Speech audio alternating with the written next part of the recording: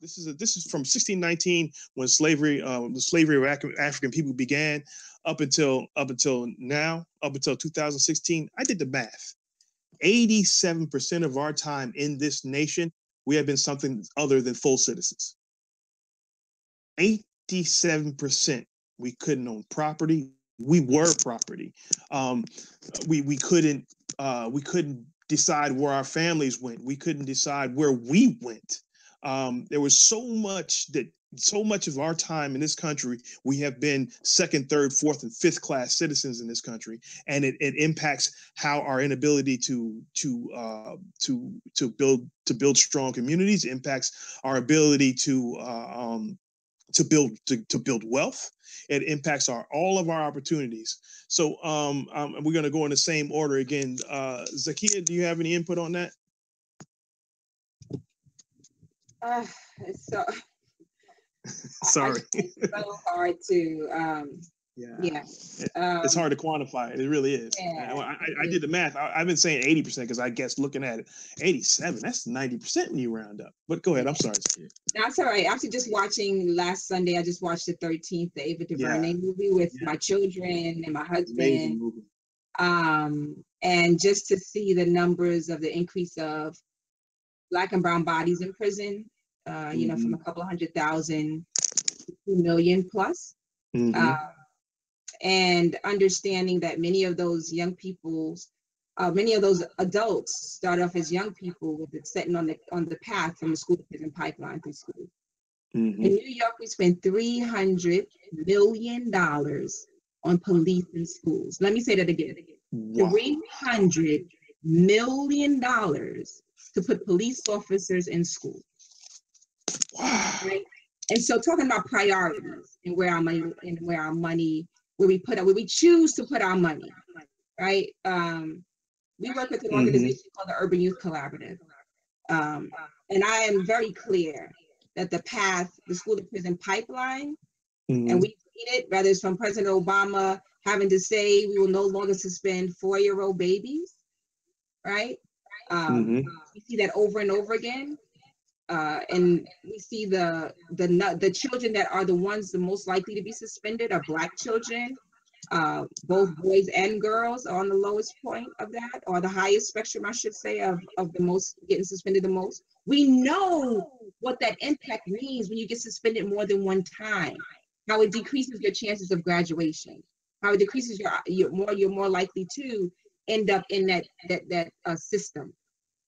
But yet and still, we have regulations and policies on the books all across the country, right, that many organizations and groups are trying to get rid of.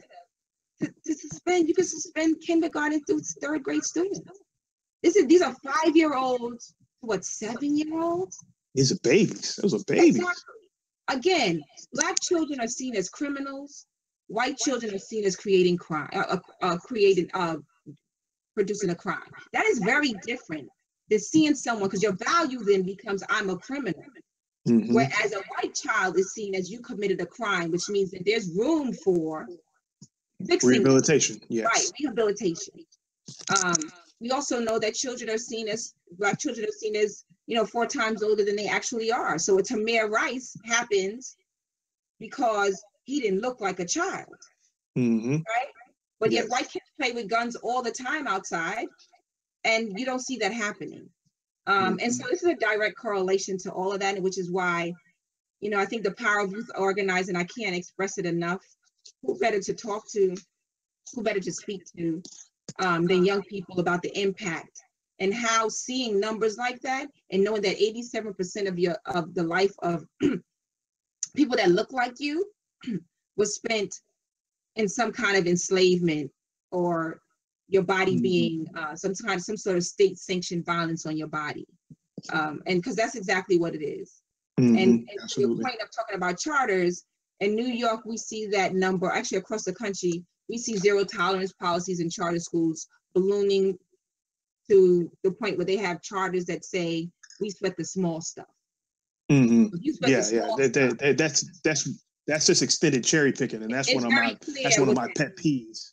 Yeah, that's one of my pet peeves with charters, is that cherry picking piece. Yeah, absolutely. We call out, and it doesn't matter. We don't go if young people's bodies are being violated, rather it's through suspensions, on their way to the school to prison pipeline, not funding their schools equitably, pushing them out, English language learners, all those things. We stand up for them, whether you're in a charter school or a public school.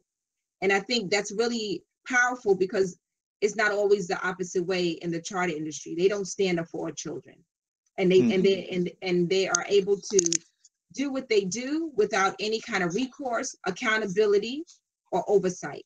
And it's something wrong when we create systems. It's my second pet peeve: oversight, lack of oversight. Where you cannot tell someone, or you don't have any authority anywhere because you're publicly funded, privately run, to address that. There's no accountability. How dare we put Black and brown children in those positions? This is not about, because we've created a system where we can't talk about charters. If we critique them, we're against them. If we say something nice about it, we're completely for them. I beg to differ. Anything that has to do with children, Black and brown children, it is our obligation to critique it. I don't care if it's public education or charter school education. So yeah, I think there's just this path to school to prison pipeline that is only going to be fueled more than whole prison statistics if we don't begin to address the fact that it's not okay for kindergartners to third graders to be suspended. Yeah, every time I'm privy to a discussion about charters, the pros and cons of charters. The pro charter side always, if you close your eyes, they sound just like Fox News, the same type of rhetoric. I refuse to believe that Black people can't understand how things work. I mean, it's just, if you close your eyes and really listen, it's the exact same lines they shoot out at you. I'm like, this is not a conversation. This is you can't have a conversation like that when everything the person says against your point is some sort of denigration of the people you're trying to serve. No, that's not that. I'm sorry. We're going on to my show. I'm sorry. Jesse, you had any input on our 87? Public education without talking about privatization. It just cannot be anymore. It's not. No, it's you not. Just can't. They're going hand in hand, unfortunately. Yeah. Jesse, you had some input about our 87% of our time in this country. Oh, Jesse, you're mute. Yes. Can't hear you, Jesse. All right. Sorry about that. You didn't want to talk to me, Jesse? No, I got you. I got you. You know, when we think about where we are today in mass incarceration, and we think about who is impacted by mass incarceration the most, those kids. Those kids who have to go to school, have to see other kids' parents at school, and for them to know that their parent is in jail. A lot of times their parent is in jail for doing something that the average white person wouldn't go to jail for. I mean, my campaign manager is a white lady. I mean, and she's an awesome lady.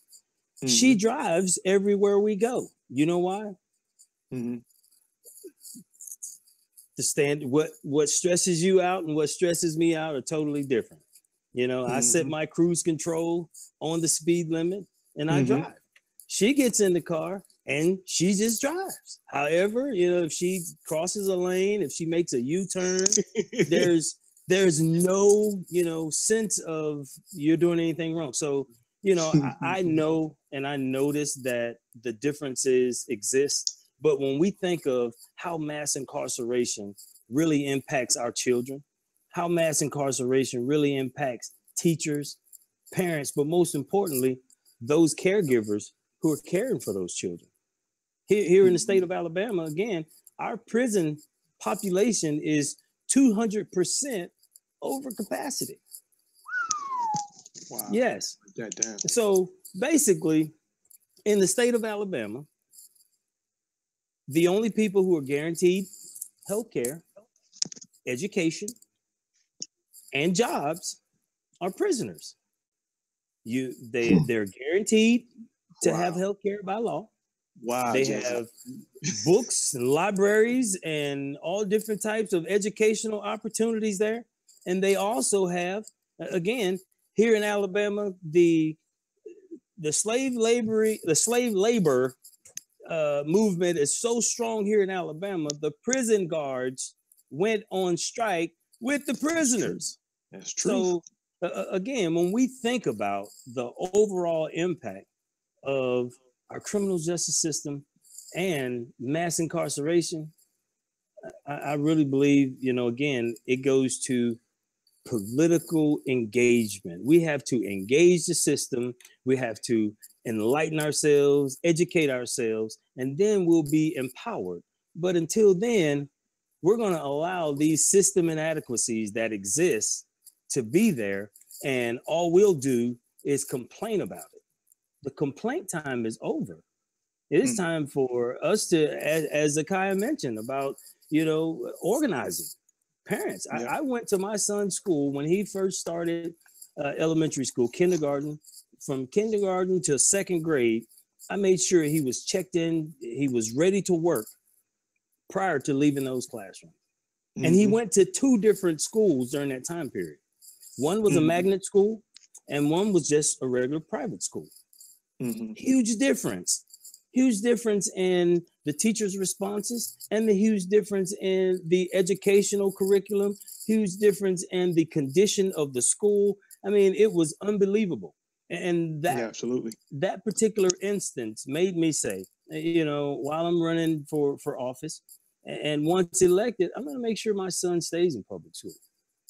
It's important that we ensure that all Americans are afforded, again, a good education. If not, that pipeline to prison is exactly where you're headed. And I think we can head that off by understanding we know the system exists. Now it's time for us to find viable solutions. And you know, as Zakiya mentioned about, again, organizing, it's the best way forward. Absolutely.